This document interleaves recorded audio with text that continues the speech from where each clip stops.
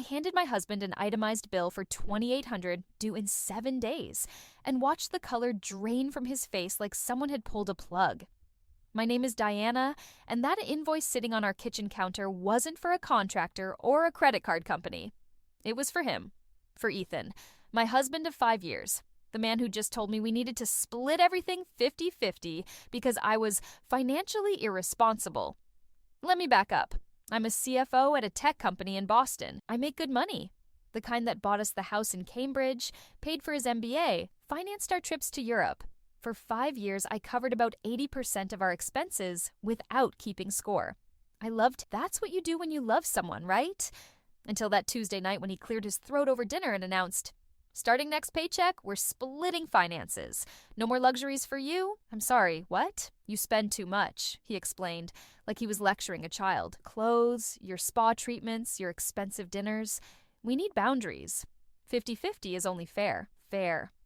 That word tasted like battery acid in my mouth. The man whose car I bought, whose student loans I helped pay, whose failures I quietly absorbed, was now telling me I needed to mature me. The woman who'd been financially independent since before we met. Something cold settled in my chest that night. Not sadness, something sharper, clearer. "Okay, Ethan," I said calmly. 50-50 it is. He smiled. Actually smiled. Like he'd won something. He had no idea what was coming. This is going to be a long story, one I've kept locked inside for months now. If you want to hear how a man's arrogance became his most expensive mistake, stick around and follow along with the stories here. You won't want to miss what happened when I gave him exactly what he asked for. The morning after Ethan's little speech about financial responsibility, I woke up at 5:30 like always. He was still asleep, one arm thrown over his face, peaceful, completely clueless.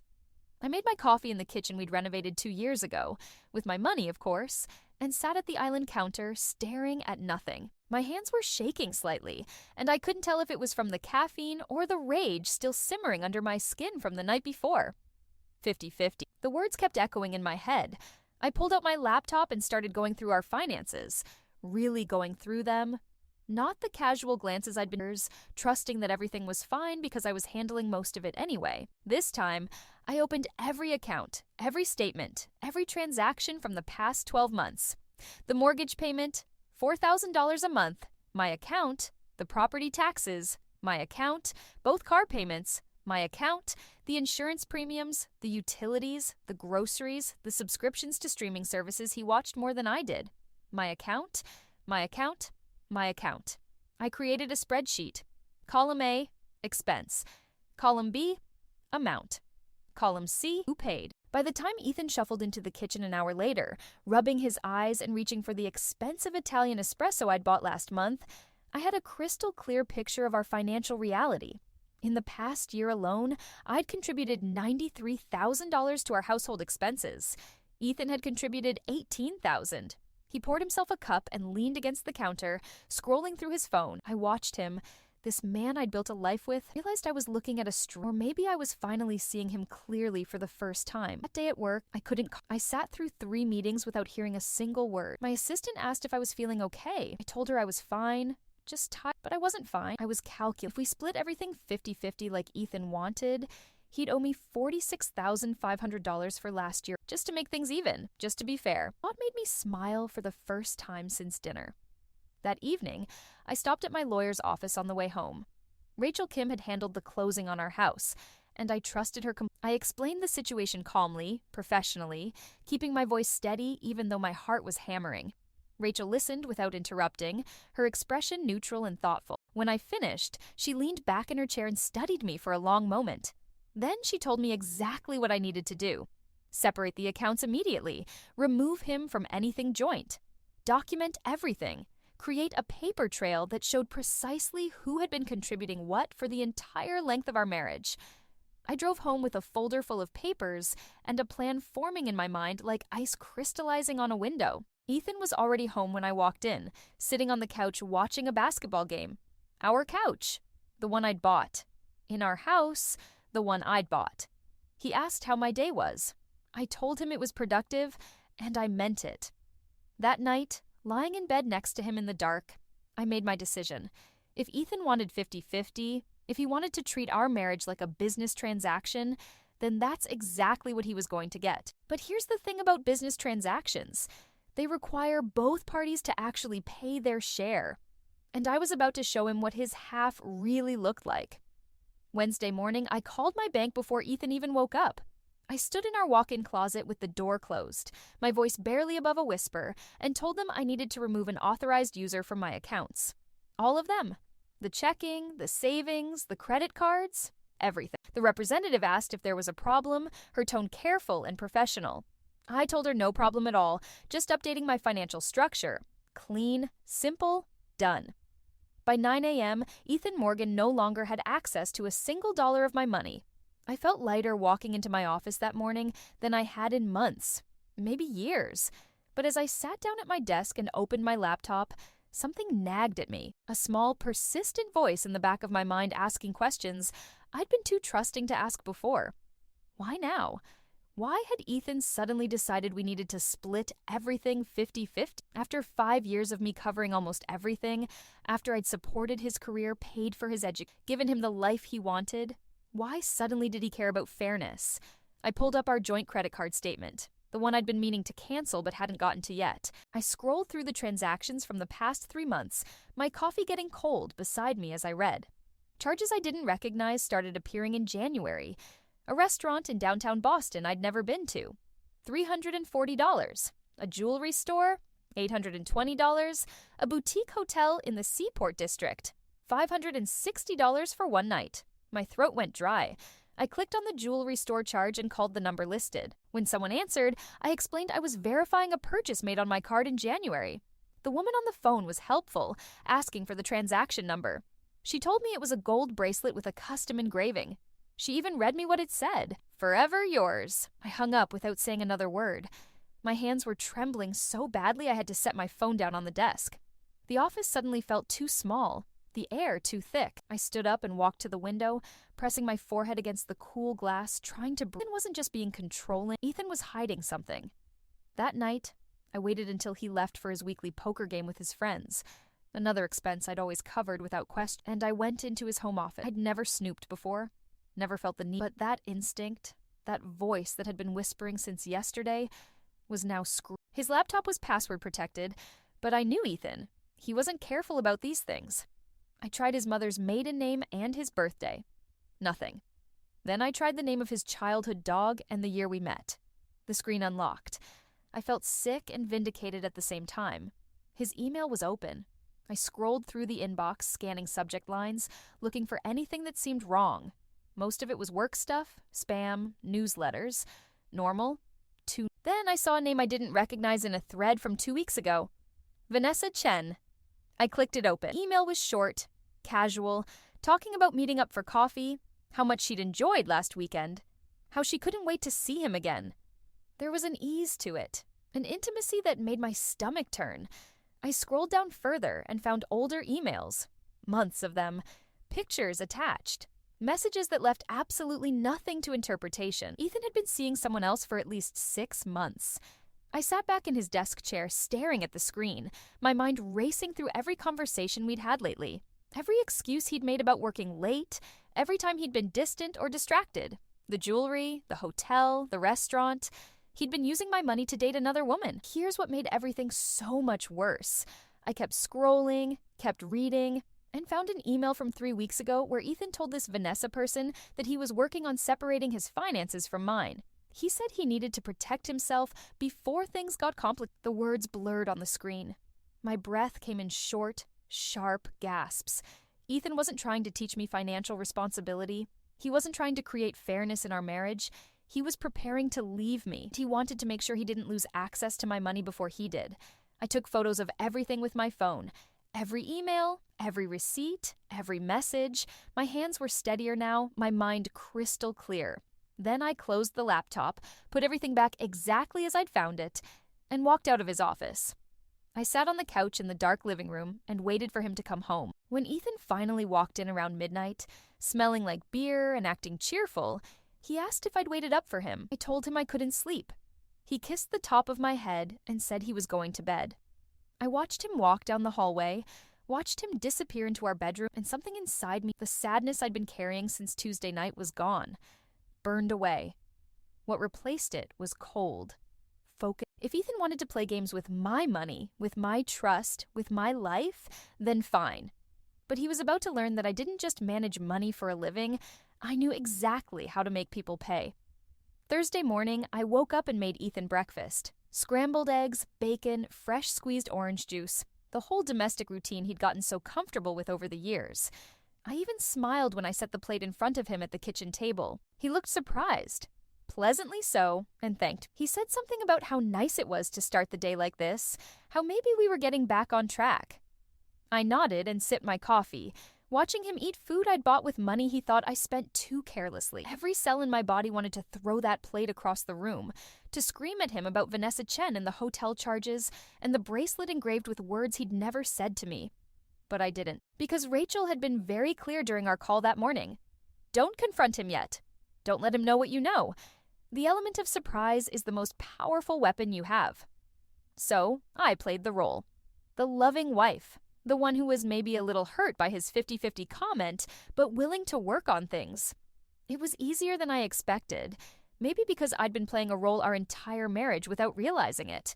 The role of someone who didn't notice she was being used. That evening, Ethan came home with flowers. Grocery store flowers. Nothing expensive, but he presented them like they were a grand gesture. He said he'd been thinking about our conversation on Tuesday, and maybe he'd been a little harsh. I thanked him and put them in a vase, asking him what changed his mind. He gave me this practice speech about how marriage was about compromise, about how he valued everything I brought to our relationship, about how he wanted us to be partners in every sense of the word. Partners. The word almost made me laugh.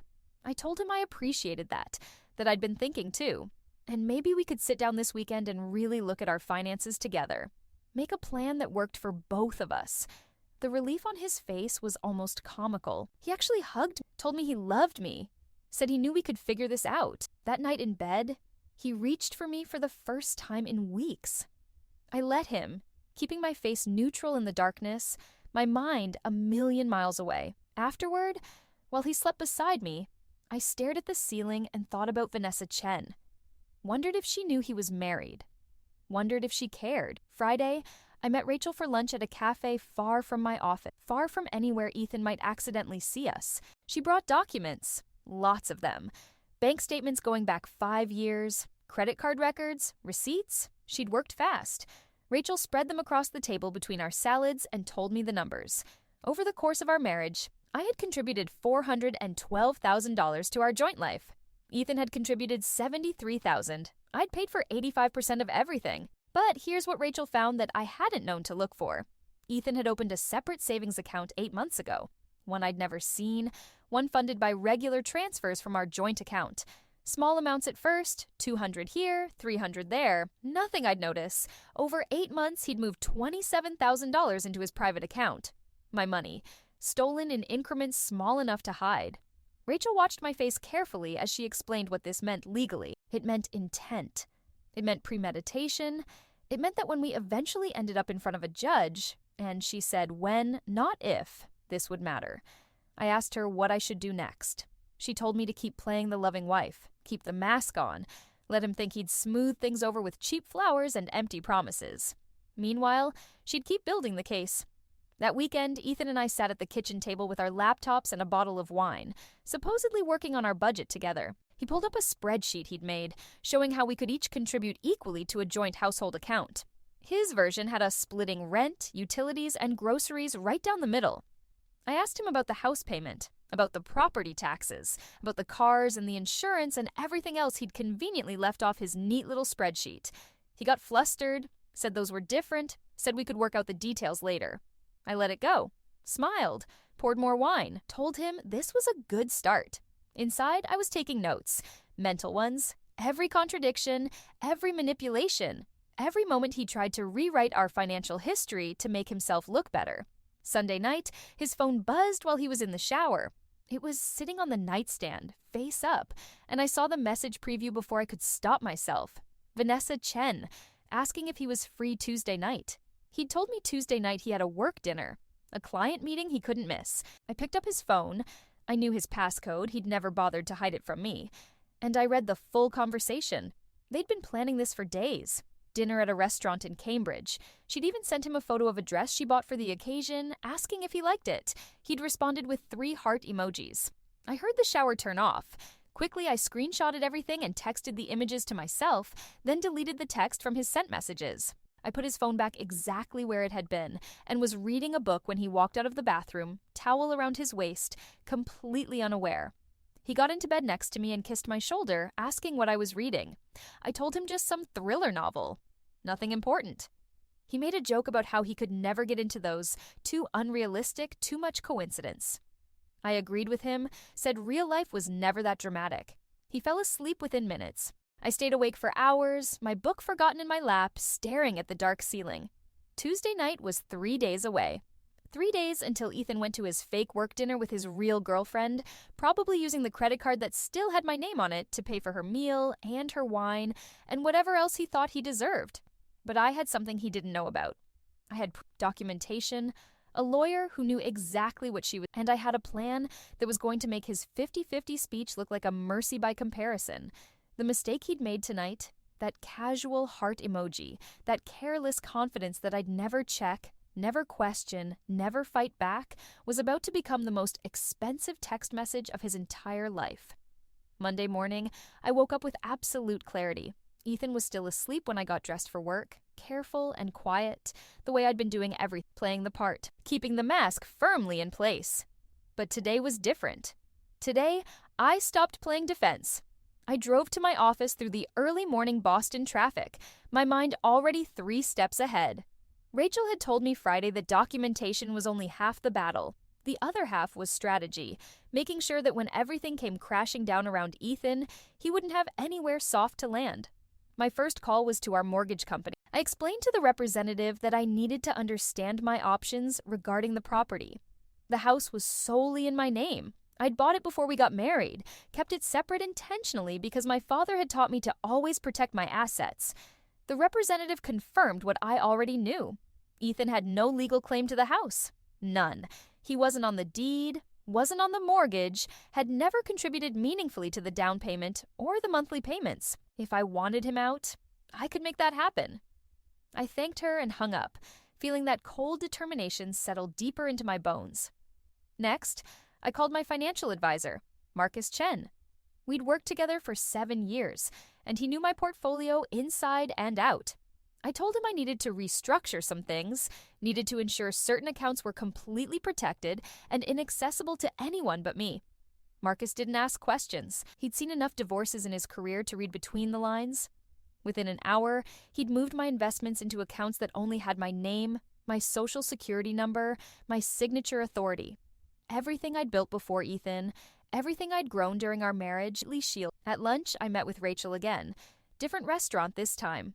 We were being careful. She slid a folder across the table to me, and I opened it to find a complete financial analysis of my marriage. Every dollar in, every dollar out, broken down by year, by month, by category. The numbers were staggering when you saw them all together like this. In 5 years, I'd contributed $412,000. Ethan had contributed $73,000. But that secret savings account he'd been feeding, that brought his actual contribution down to $46,000. $46,000 over 5 years. Less than $10,000 a year to live in a house worth $800,000, to drive a car he didn't pay for, to take vacations he couldn't afford, to build a life he could never have achieved on his own. Rachel pointed to another section of the report. She'd tracked the credit card charges for Vanessa Chen. Dinners, gifts, hotel rooms, $14,000 in 6 months. My money, spent on another woman. I asked Rachel what we could do with this information. She leaned back in her chair, studying me carefully. Then she asked me what I wanted. Really? Because the strategy would depend on my goal. Did I want him to suffer? Did I want him publicly humiliated? Did I want every dollar back plus damages? Did I want to hurt him the way he'd hurt me? I thought about it for a long moment, turning my water glass in slow circles on the table. Then I told her the truth. I wanted him to understand what he'd lost, not just the money. Anyone could lose money. I wanted him to understand that he'd had someone who loved him unconditionally, who supported his dreams, who built a life with him without keeping score.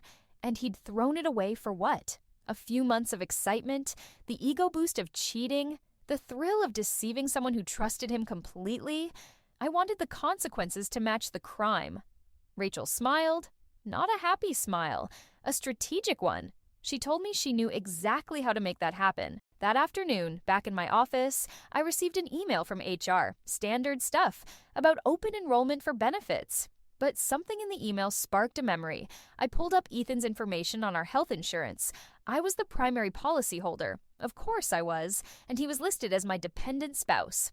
I checked our car insurance next. Both vehicles were on my policy, in my name. Then I checked our cell phone plan, joint account, but I was the primary account holder. I paid the bill every month. Everything, and I mean everything, in Ethan's daily life was connected to me, threaded through with my money. He'd built his entire existence on my foundation. I didn't even realize how precarious that made. I made a list, a literal, physical list of every single thing that would change the moment I removed my support. No health insurance, no car insurance, no cell phone service, no gym membership, no streaming accounts, no credit cards, no access to the house he thought of as his home. Nothing. The man who'd lectured me about financial responsibility was about to discover what financial independence actually required. That evening, Ethan came home in a good mood. He was humming when he walked through the door, loose and relaxed in a way I hadn't seen in months. Tomorrow was Tuesday, his date night with Vanessa. He kissed my cheek and asked what was for dinner, and I told him I'd ordered Thai food from his favorite place. It would be here in 20 minutes. We ate on the couch, watching some mindless show he'd picked, and he kept glancing at his phone, checking messages, smiling at things I couldn't see. I watched him with detached fascination, like observing a stranger. This man had shared my bed for 5 years. I'd memorized the scar on his left shoulder from a childhood bike accident. I knew he liked his coffee with too much sugar and that he couldn't sleep without a fan running. I'd held him when his father died, celebrated when he got promotions, believed every word he'd ever said to me. And I didn't know him at all. After dinner, he announced he had that work dinner tomorrow night, the one he'd told me about last week. He said he probably wouldn't be home until late. I told him no problem. I had a presentation to work on anyway. He looked relieved. That night, after he fell asleep, I went into my office and printed out everything. Every bank statement Rachel had compiled, every credit card charge, every email I'd photographed from his laptop, every text message with Vanessa Chen. I organized it all into a folder. Chronological order, labeled tabs, highlighted sections. Professional, thorough, irrefutable. Then I printed one more thing. An itemized bill. 5 years of expenses. 5 years of contributions. My total, his total. The difference calculated down to the last cent. At the bottom, in bold letters, I wrote, amount owed to settle account, $366,000. I stared at that number for a long time. $366,000. That's what 50-50 actually looked like. That's what fairness would cost him. I slipped the bill into the folder and closed it. Tomorrow night, while Ethan was having dinner with Vanessa Chen, I'd be having dinner with Rachel, finalizing every last detail of what came next. And when Ethan walked back into this house Wednesday morning, smelling like another woman's perfume, full of lies about his work dinner, he was going to find that bill sitting on the kitchen counter. And everything, his comfortable life, his easy lies, his entitled assumptions about my money and my love, was going to come crashing down around him. Tuesday morning arrived with cold rain hammering against the windows. I watched Ethan get ready, watched him choose the shirt I'd bought him for his birthday last year, the one that made his eyes look darker, more intense. He was dressing for her, not for some imaginary client dinner. He kissed me goodbye at the door, told me not to wait up, and I smiled and said I hoped his meeting went well. The moment his car pulled out of the driveway, I was on the phone. My first call was to Jennifer Hartley. She was more than my assistant at work. She'd been my right hand for 4 years, someone I trusted completely. I asked her if she could recommend a private investigator, someone discreet, professional, fast. Jennifer didn't even hesitate. She gave me a name and number immediately, and I heard the understanding in her voice. She didn't ask why I needed it. The investigator's name was David Torres. Retired police detective, 20 years on the force, now running his own firm. I met him at a coffee shop in Brookline at 10 a.m. David was exactly what I needed. Methodical, no nonsense, And he looked at me with the kind of professional sympathy that didn't feel like I handed him a flash drive with everything I'd collected. The emails, the credit card statements, the photos of text messages.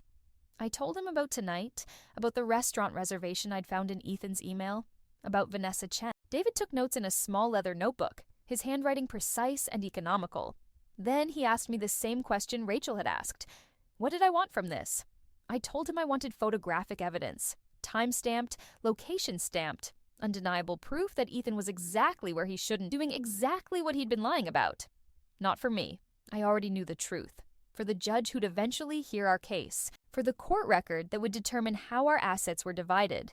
For the moment when Ethan would try to claim he deserved half of everything I'd built.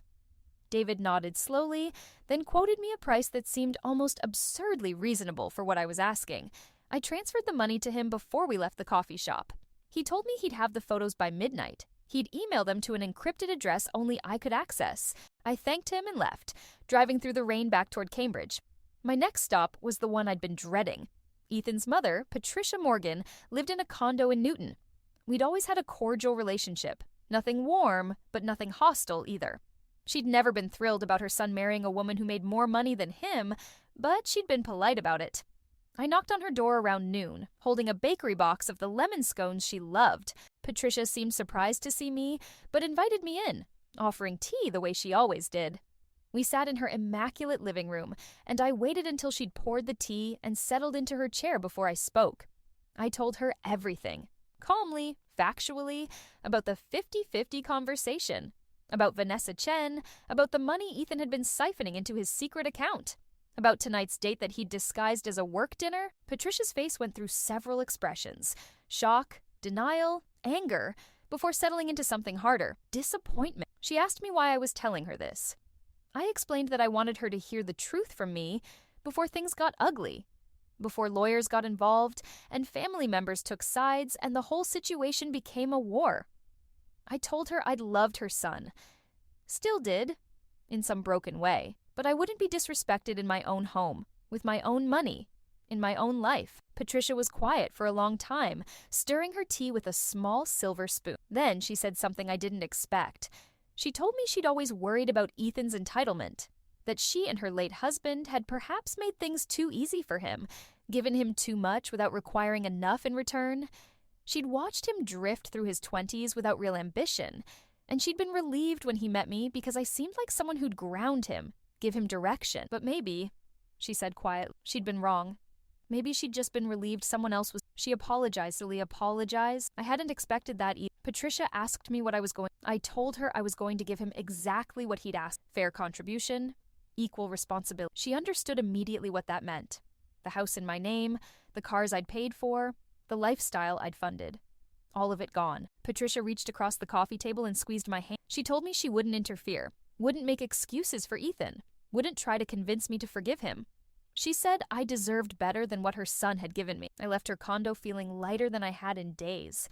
Having Patricia on my side, or at least not against me, was more than I'd hoped. It meant Ethan couldn't run home to his mother and paint me as the villain. It meant at least one person in his family knew the truth. That evening, I met Rachel at a small Italian restaurant in Back Bay, far from Cambridge, far from the places Ethan might be. She'd brought final drafts of several documents: separation agreement, financial disclosure forms, a formal demand letter requesting repayment of the $366,000 difference in our contributions. I read through each one carefully, my untouched wine glass leaving a ring of condensation on the table. Everything was there. Every charge, every transfer, every lie documented in legal language that left no room for interpretation. Rachel explained the timeline. Once I served him with these papers, he'd have 30 days to respond. 30 days to either agree to my terms or force us into mediation, possibly litigation. She believed he'd cave before it got that far. Men like Ethan, she said, men who'd gotten comfortable living off someone else's money, usually didn't want the public scrutiny of a contested divorce. But just in case, she was prepared to go to war. I signed everything right there in the restaurant, my signature steady and certain. At 11:45, my phone buzzed with an email from David Torres. The subject line was simple: documentation complete. I opened the attachment with Rachel watching from across the table. There were 23 photographs, all high resolution, all clearly showing Ethan and a petite Asian woman I assumed was Vanessa Chen. They were at a restaurant called Julia's in Cambridge. She was wearing the dress from the photo she'd sent him. Deep red, elegant, expensive looking. They were holding hands across the table.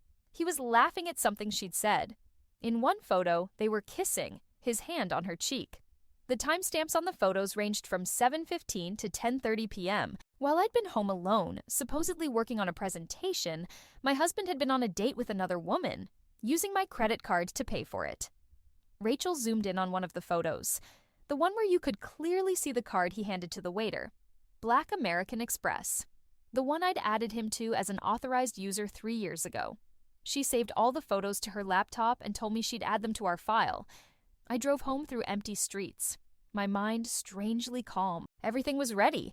All the pieces were in place. The evidence, the documents, the allies, the strategy. Tomorrow morning, Ethan would wake up in our house for the last time as someone who thought he had any power in this marriage. And I was going to show him what it felt like to lose everything that was never really his to begin with. Wednesday morning, I woke up at 5 a.m. to the sound of Ethan's key turning in the front door. I'd been awake most of the night anyway, lying in our guest room where I'd moved my things the evening before. Waiting, listening, planning. I heard him try to be quiet, heard his shoes on the hardwood floor of the entryway, heard him pause, probably noticing the light on in the kitchen. I was sitting at the kitchen table when he walked in, still wearing yesterday's clothes, his hair mussed, smelling like wine and perfume that wasn't mine. His face went pale when he saw me. I'd laid everything out on the table, every document Rachel had prepared, every photograph David had taken, the itemized bill showing $366,000, all of it spread across the surface like evidence at a crime scene. Ethan opened his mouth to speak, but I held up one hand, told him I didn't want to hear his excuses. Not yet. First, he was going to sit down and look at what I'd discovered. He sat. What else could he do? I watched his face as he went through the papers. Watched the color drain from his cheeks as he saw the financial records showing how little he'd actually contributed. Watched his hands start to shake when he got to the photographs of him and Vanessa at Julia's. When he finally looked up at me, there were tears in his eyes. He started to say something about how it wasn't what it looked like, how he could explain, how he'd made a terrible mistake. I told him to stop talking. Then I explained exactly what was going to happen next. The house was in my name. He had 7 days to find somewhere else to live. All joint accounts were already closed. His credit cards were already canceled. His access to my money was already gone. I'd calculated his actual fair share of our expenses over 5 years. The bill on the table, $366,000, was what he owed me to make things 50-50 like he'd wanted. I wasn't expecting him to pay it all at once, but I was expecting him to acknowledge the debt, sign the agreement, accept responsibility for what he'd taken from me. Ethan's face crumpled. He put his head in his hands and started real sobs that shook his shoulders. He tried to tell me he loved me, that Vanessa meant nothing, that he'd been confused and stupid, and he'd do anything to fix this. But I was done listening. I'd already mourned this marriage. I'd already grieved the man I thought he was. All that was left now was the paperwork. I stood up from the table and told him I was going to work. When I came home that evening, I expected him to have signed the separation agreement and started packing his things. Then I walked out of my own kitchen, leaving him sitting there with the evidence of his betrayal spread out in front of him like a map of everything he'd destroyed. At work, I couldn't focus. My assistant brought me coffee. I didn't drink. I stared at spreadsheets without seeing numbers. The morning dragged by in a blur of meetings I barely remembered attending. Around noon, my phone rang. Ethan's mother. Patricia told me Ethan had called her that morning, hysterical, begging her to talk to me. She'd refused. She told him she knew everything, that she was ashamed of him, and that he needed to face the consequences of his choices like an adult. Then she asked me if I was okay. That simple question, that genuine concern from a woman to side with her son, broke something open in my chest.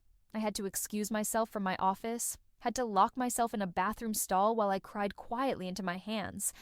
But they weren't sad tears. They were relief, exhaustion, the release of carrying this weight alone for so long.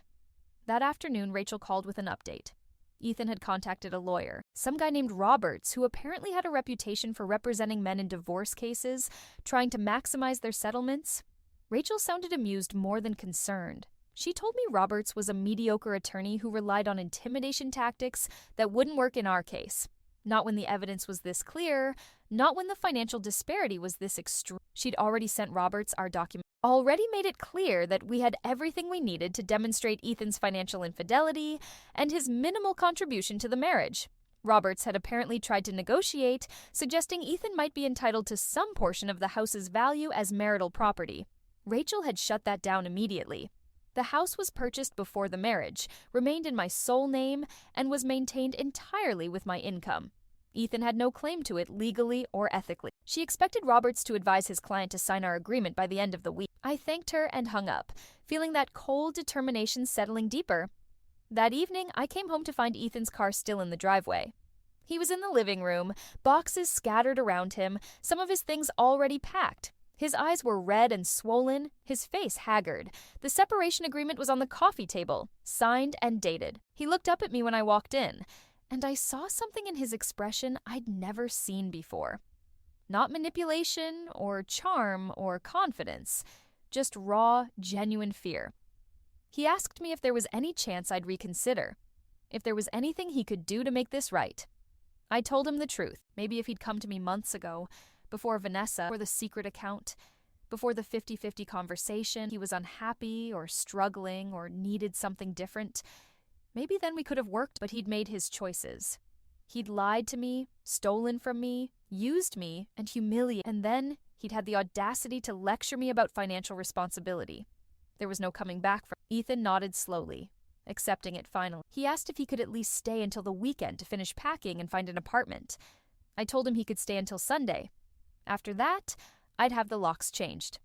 Over the next few days, I watched my marriage dissolve in slow motion. Ethan moved through the house like a ghost, packing boxes, making calls, avoiding my eyes.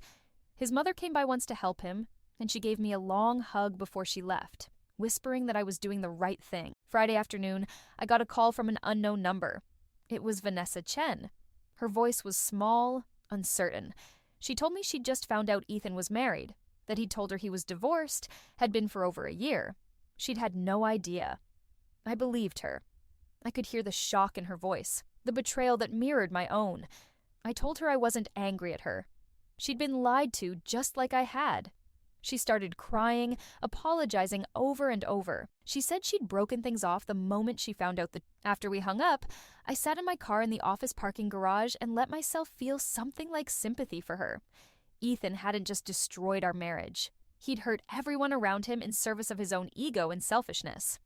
Saturday evening, I was in my home office when I heard raised voices downstairs. I came down to find Ethan arguing on the phone, his face flushed, his tone defensive. When he saw me, he quickly ended the call. I asked who it was. He hesitated, then admitted it was his lawyer, Roberts. Apparently, Roberts had advised him to fight the separation agreement, to claim he deserved compensation for contributing to my career success over the 5 years of our marriage. My laugh was sharp and cold. I asked Ethan if he was seriously going to claim he'd contributed to my career. Me, who'd been a CFO before we even met. Me, who'd paid for his education and his lifestyle while he coasted on my success. Ethan's face crumpled. He told me Roberts said he had a case, that community property laws might work in his favor. I pulled out my phone and called Rachel right there, putting it on speaker. Rachel's voice was crisp and professional when she answered. I explained what Roberts was suggesting. Rachel's response was immediate and brutal. She said she'd welcome the opportunity to litigate this case, that she'd love to put Ethan on the stand and have him explain under oath how he'd contributed to my career while using my money to date another woman, that she'd enjoy submitting the photographs of him with Vanessa, the credit card statements, the secret savings account into public record. She said that if Ethan wanted to fight this, the settlement he'd end up with would be far worse than what we were offering now. There was a long silence after she hung up. Then Ethan told me he'd sign whatever I wanted. He'd take the agreement as written. He just wanted this to be over. Sunday morning, I watched him load the last box into his car. The house felt different already. Lighter, like something heavy and suffocating had been lifted. Before he drove away, Ethan stood in the driveway for a moment, looking back at the house that had never really been his. He told me he was sorry, that he knew it didn't matter now. He needed me to know he was sorry. I nodded. I believed he was sorry. Sorry he'd gotten caught. Sorry he'd lost his comfortable life. Sorry he'd have to figure out how to support himself. But I didn't think he was sorry for what he'd done to me. After his car disappeared down the street, I walked back into my house, and locked the door behind me. It was time for the final chapter. Time to show Ethan and everyone watching what happened when you underestimated someone who knew exactly what she was worth. Monday morning, I walked into my office and closed the door behind me. Rachel had scheduled a formal meeting with Ethan's lawyer, Roberts, for 10 a.m. at her firm downtown, the final settlement conference before we filed the official paperwork with the court. I'd dressed carefully that morning. Navy suit, simple jewelry, hair pulled back, professional, composed. The woman who'd built a career on making smart financial decisions was about to make the smartest one of her life. The conference room at Rachel's firm was all glass and steel, with a view of Boston Harbor that probably cost more per square foot than most people's apartments. Ethan was already there when I arrived, sitting next to Roberts, a heavy-set man in his 50s with the expensive suit that didn't quite hide his obvious discomfort. Ethan couldn't meet my eyes. Rachel had prepared a presentation, not because we needed to convince anyone, the facts spoke for themselves, but because she wanted everything every number, every lie, every betrayal, all of it on record. She started with a timeline projected on the screen, 5 years of marriage displayed in neat columns, my income, his income, joint expenses, individual expenses. The disparity was staggering when you saw it visualized like that. $412,000, $46,000 from him after accounting for the money he'd stolen. Roberts tried to interrupt, tried to claim that Ethan's emotional support and partnership had value that couldn't be quantified in dollars. Rachel smiled, not warmly. She clicked to the next slide. Photographs from David Torres, Ethan and Vanessa at Julia's. Time stamped, location stamped. His hand on her face, her lips on his. Rachel asked Roberts if he'd like to quantify the value of that emotional support for the court. Roberts went quiet, but I wasn't done. Not yet.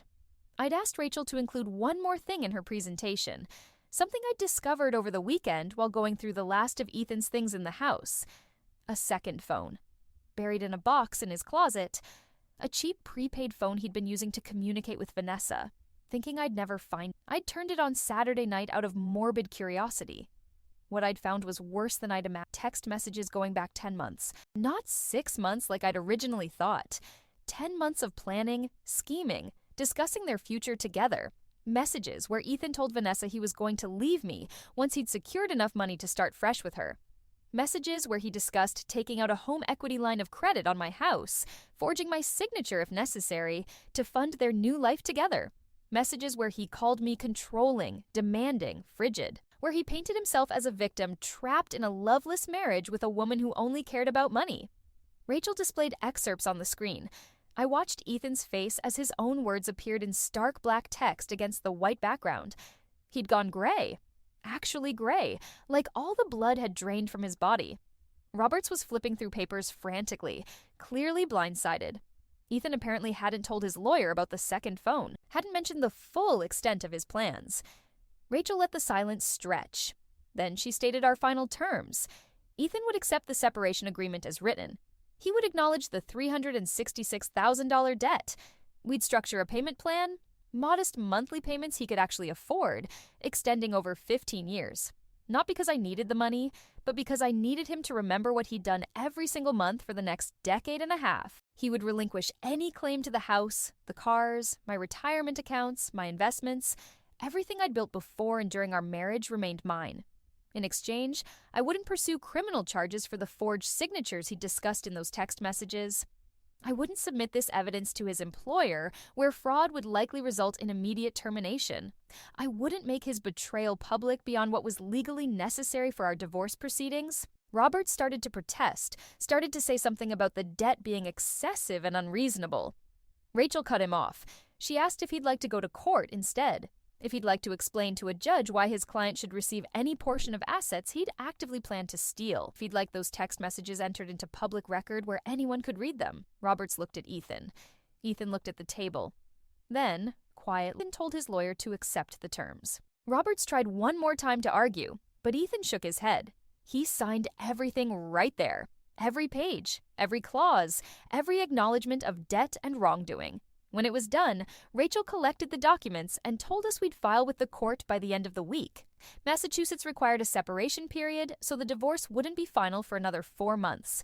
But the financial agreement was binding immediately. Roberts left quickly, furious with his client information. Ethan stood slowly, gathering his cup. Before he walked out, he looked at me for the first time all morning. He tried to say something, and his mouth did again.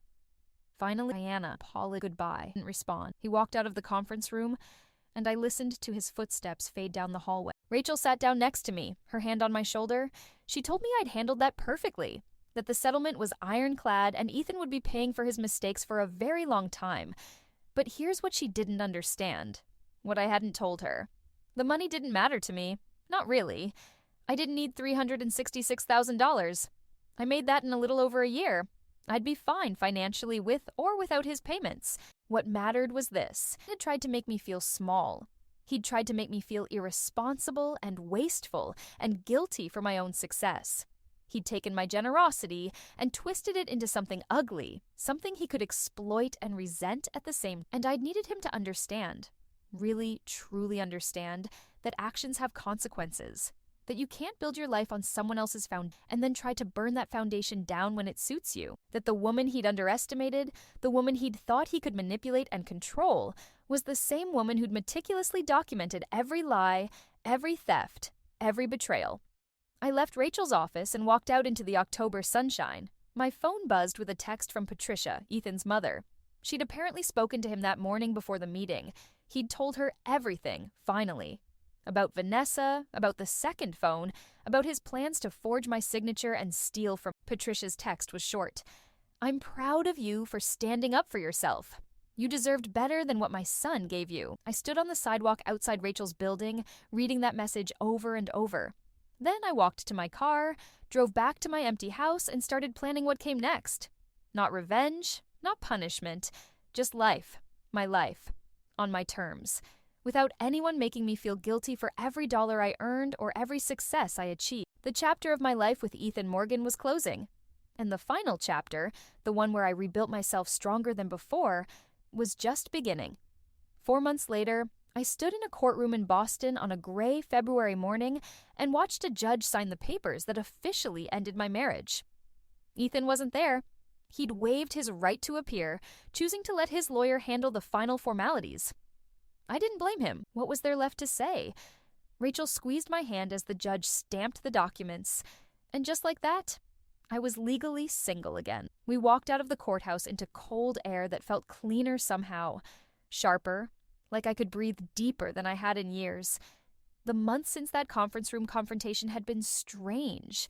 Not sad, exactly. More like waking up from a long, exhausting, and slowly remembering who you were before it started. I'd kept the house, obviously, but I'd changed it. Repainted the bedroom in colors I actually liked. Deep blues and grays instead of the neutral beiges Ethan had preferred. I'd replaced furniture that held too many memories. I'd turned his home office into a library, lining the walls with bookshelves and filling them with novels I'd been years. The space became mine again. Really, work had been my sanctuary during those months. I'd thrown myself into a major acquisition project, leading the due diligence team through complex financial analysis. My CEO had pulled me aside in January to tell me I was being considered for promotion to executive vice president. The irony wasn't lost on me. While my personal life was falling apart, my career was soaring.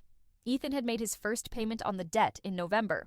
$2,000, transferred to an account I'd set up specifically for this purpose. The money appeared on the 15th of every month like clockwork. $2,000, 183 payments over 15 years. I'd set up an automatic transfer from that account to a scholarship fund I'd established at my alma mater. Every dollar Ethan paid me would go toward helping young women pursue careers in finance and business. His debt funding someone else's dreams felt like the right kind of justice. I'd run into Vanessa Chen once accidentally at a coffee shop in December. We'd both frozen when we saw each other, unsure of the protocol for this particular social situation. She'd apologized again, more composed this time, but still carrying visible guilt. I'd told her what I'd been learning in therapy. That Ethan had lied to both of us, that we'd both been victims of his manipulation in different ways, that she didn't owe me endless apologies for something she couldn't have known. We'd ended up talking for over an hour. She was smart, kind, clearly devastated by her role in the situation, even though she'd been deceived too. Before we parted, she'd asked if I thought people could really change. I'd told her I didn't know. But I knew that sometimes the worst things that happen to you force you to become stronger, clearer, more certain of your own. Patricia had become an unexpected ally. She'd called me monthly to check in, never bringing up Ethan unless I asked. She'd told me she was ashamed of how she'd raised him, of the entitlement she'd allowed to take root. She couldn't change the past, but she wanted me to know she saw the truth now. Those conversations meant more to me than she probably realized. In January, I'd started dating again.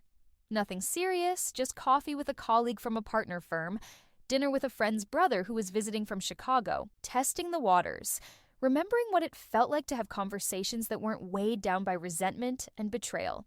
It felt strange and new and terrifyingly vulnerable, but it also felt like possibility. My therapist, Dr. Sarah Chen, no relation to Vanessa, had helped me understand something crucial over our weekly sessions. I'd spent 5 years of my marriage trying to be enough, generous enough, successful enough, understanding enough, trying to fill whatever hole existed in Ethan that made him need to take from me while resenting me for having anything to give. But the hole wasn't never. I was enough. I'd always been. The problem was that Ethan had never learned to be enough for himself. Standing outside the courthouse, watching traffic flow past on Cambridge Street, felt something shift in my chest. Not closure, exactly. Not sure I believe in the hurt doesn't just disappear because a judge signs a paper, but acceptance, understanding, a quiet certainty that I'd handled an impossible situation with grace and strength I hadn't known I possessed. Rachel asked if I wanted to grab lunch, celebrate the official end of this chapter. I smiled and told her I had plans. I drove to my office, where my assistant Jennifer had left a bottle of champagne and a card on my desk. The card read, "To new beginnings and never settling for less than you deserve." I opened the champagne alone in my office, poured a glass, and toasted to absolutely nothing and everything at once. That evening, I went home to my house, my sanctuary, and cooked myself dinner. A complicated recipe I'd been wanting to try, the kind that required focus and precision and filled the kitchen with warmth and good smells. I ate at the table I'd bought to replace the one Ethan and I had shared, drinking wine from glasses that were just mine, listening to music he'd never liked, and I thought about that Tuesday night dinner 5 months ago when he'd told me we needed to split everything 50-50. If someone had told me then where that conversation would, the betrayal I'd uncover, the strength I'd have to find, the complete dismantling and rebuilding of my life, I don't know if I would have believed them. But here I was, stronger, wiser, clearer about my own worth than I'd ever been. The final irony was this: Ethan had been right about one thing. We did need fairness in our relationship. We did need equal contribution and mutual respect. He'd just been too entitled and too foolish to realize that fairness would cost him everything. My story isn't really about revenge, though I know that's what some people will see. It's about something more fundamental than that. It's about refusing to be made small by someone else's insecurity. It's about documenting when someone tries to rewrite history. It's about standing up for yourself alone. It's about understanding that your self-respect. Transfer $2,000 every month. That money will help fund someone's future. And every month he'll remember what it cost him to take my generosity for granted. As for me, I'm building something, not just a life without him, but a life that's more authentically mine than anything I had before. I'm learning to trust slowly, and I'm learning that my success isn't something to apologize for or hide. I'm learning that the right partner will celebrate my strength, not try to diminish it. The house in Cambridge feels like home. The career I worked so hard to build feels like mine again. The woman looking back at me is like someone I recognize and respect. So, to anyone out there who's ever been made to feel guilty for their own success, who's ever been told they're too much or not enough, who's ever wondered if they should make themselves smaller to make someone else comfortable, don't. You deserve a partner who sees your light and wants to stand in it with you, not someone who tries to dim it so they can feel brighter. You deserve fairness that's actually fair, not manipulation disguised as compromise. You deserve to be valued, celebrated, and respected for exactly who you are. And if someone can't give you that, show them the door, change the locks, and build yourself a life so beautiful that you'll first they left. I did never. Now, before I close this chapter for good, I want to hear from you. If you've made it this far in my story, if you've stuck with me through every revelation and every hard decision, drop a comment and let me know what city you're watching from. It helps to know I'm not alone in this, that my story maybe helped someone else feel a little less alone too. And if you want to follow along with more stories like mine, Stories about finding strength you didn't know you had, about standing up for yourself, about rebuilding after everything falls apart. Make sure you're subscribed here so you don't miss what comes next. Thank you for listening. Thank you for witnessing this journey. Here's to new dawns, to second chances, and to never again settling for anything less than we deserve. This is Diana, signing off from Boston, reminding you that you are enough. You always were.